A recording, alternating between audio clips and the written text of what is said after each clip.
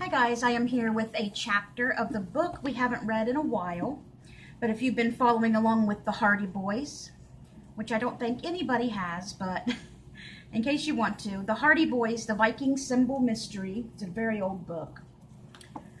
Let's see the copyright date for this.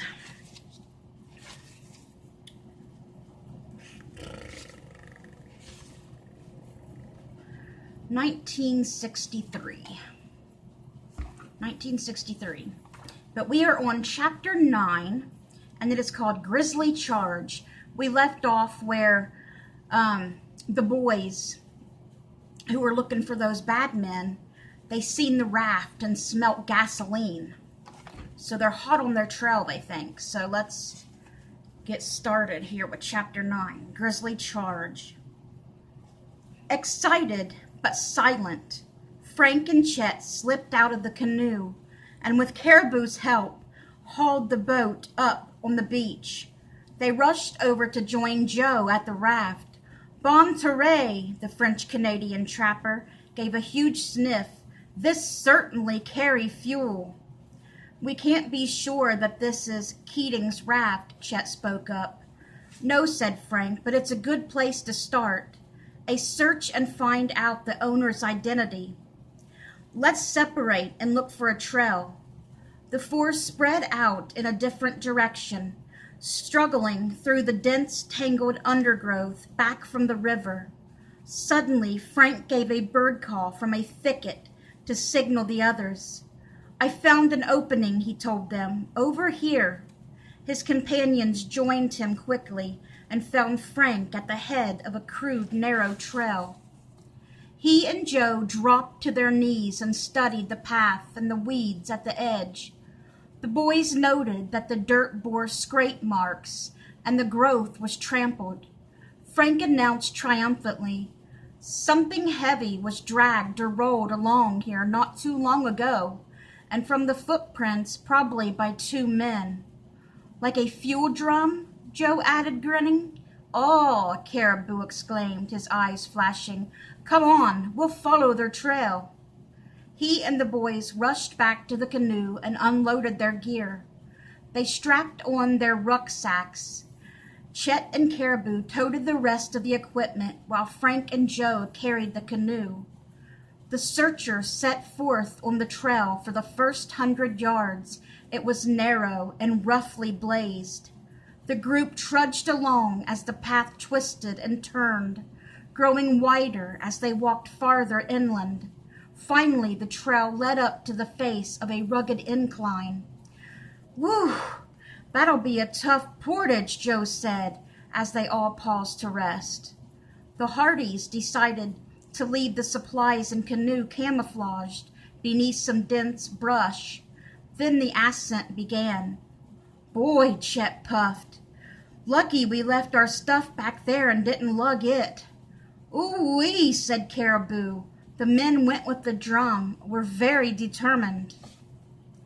Frank was first to reach the top.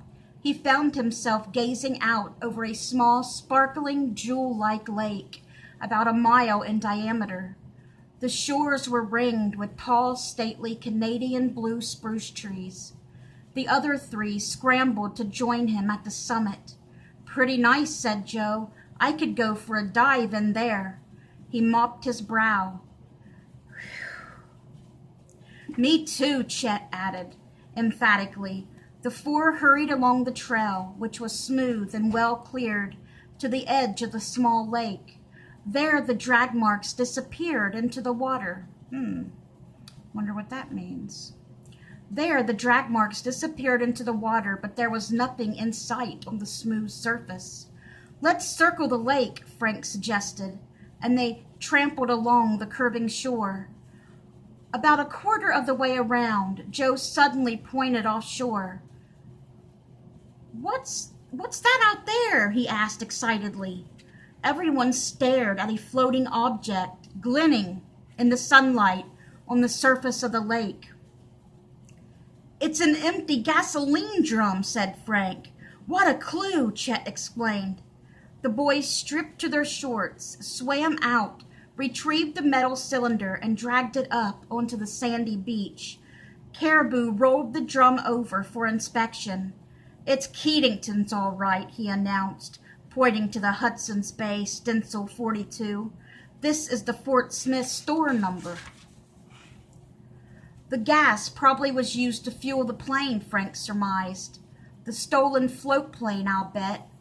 Joe said elatedly, "Hey, this lake would be a swell landing spot. The Crooks' hideout could be right near here." "Or," Chet put in, "the gas could have been flown to another spot." "We look around," Caribou said. They started to circle the shore again, fanning out 100 yards apart. Frank and Joe converged in a grassy meadow when suddenly they heard rustling in a clump of shrubs ahead. Stalking silently through the grass, they approached the bushes. The rustling grew louder. The brothers were about to push aside the shrubbery when Frank put his hand on Joe's arm, restraining him. "Good night," Joe gasped. Several yards to their right was a huge brown grizzly bear. Beside her were two small furry cubs. You know how bears like to protect their young, just like any mother. The Hardys stood as if frozen, hoping the bear had not seen them. The mother bear growled and reared up to her full 5 feet height, standing upright. Her enormous head was ferocious looking, with her paws held open and the small ears laid back flat. Frank took 1 second to notice that the beast's long, sharp claws were extended. "Head for the woods," he hissed, pushing Joe in front of him. Here's the picture.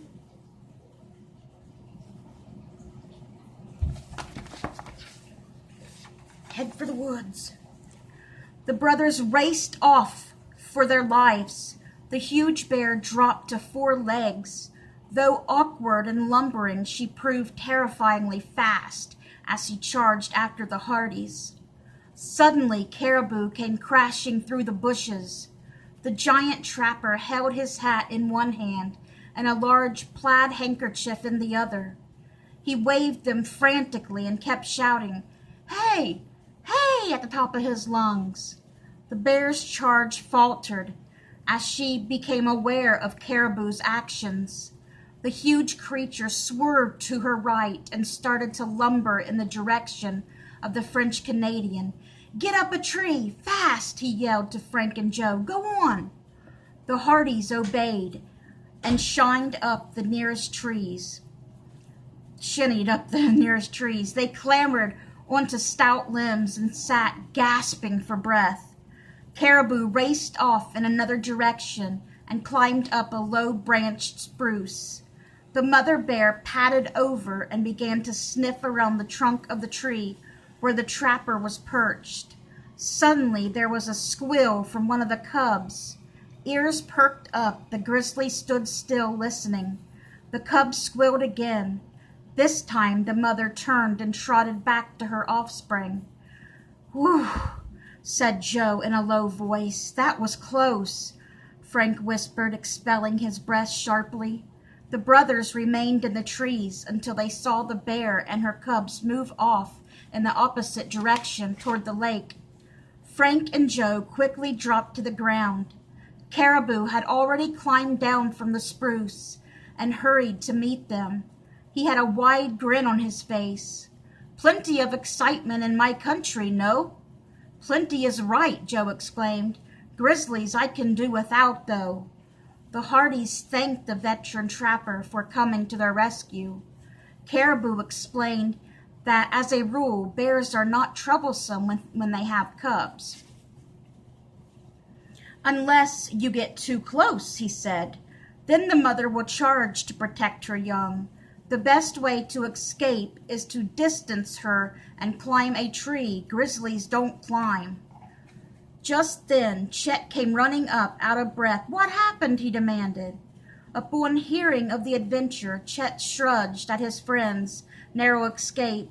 "I'd rather be surrounded by thieves than tangle with one of those beasts." "Let's stop for lunch now," Caribou suggested. That's a good idea, Frank agreed. Running away from bears makes me hungry. The trekkers dug into their rucksacks and soon were enjoying canned meat, sandwiches, and tomato juice. Then, keeping a sharp lookout for more bears, the group continued their search around the lake. No signs of any habitation around here, Joe observed to his brother. Almost done, babe. At the moment, Chet was a little distant ahead. Beckoned to the others. When they reached him, he pointed out broad imprints in the sandy beach. Looks as if heavy objects were dragged across, Frank noted. This is where the other drums were pulled out of the water, Joe cried out. Look at this! Frank stooped to pick up a short metal object. A wrench, he said, turning it over in his hand. Yellow Knife Lodge has been stenciled onto the handle. He handed the tool to Caribou. The lodge is on the north shore of Great Slave Lake, Caribou said. Long distance away. This may belong to hunters stopping there. Frank had another theory, or maybe the wrench was dropped by the man called Keating who brought the fuel drums here. If so, he must be one of the gang that's been robbing lodges in that area, Joe denounced. Wonder if Biff, Tony, and Sam are having any luck on the case. We'll hang on to this wrench for evidence, Frank said and put the tool in his pocket. Shh! Caribou broke in, holding up his hand and cocking his head to one side, listening. A plane, Joe whispered, as the droning noise became louder. We've been spotted. Everyone stood tensely staring at the small float plane, which came into sight. Who was aboard? The thieves? The plane touched its pontoons onto the lake surface and taxied over to the group on shore. Look, Chet explained. That's the big bright marking on the door. Monterey, Caribou burst out. They are not robbers. The crest on the door is for Royal Canadian Mounted Police, the Mounties. Chet smiled in relief as the craft ran up onto the beach. The engine was cut. A thin, uniformed man opened the cockpit door and jumped to the ground.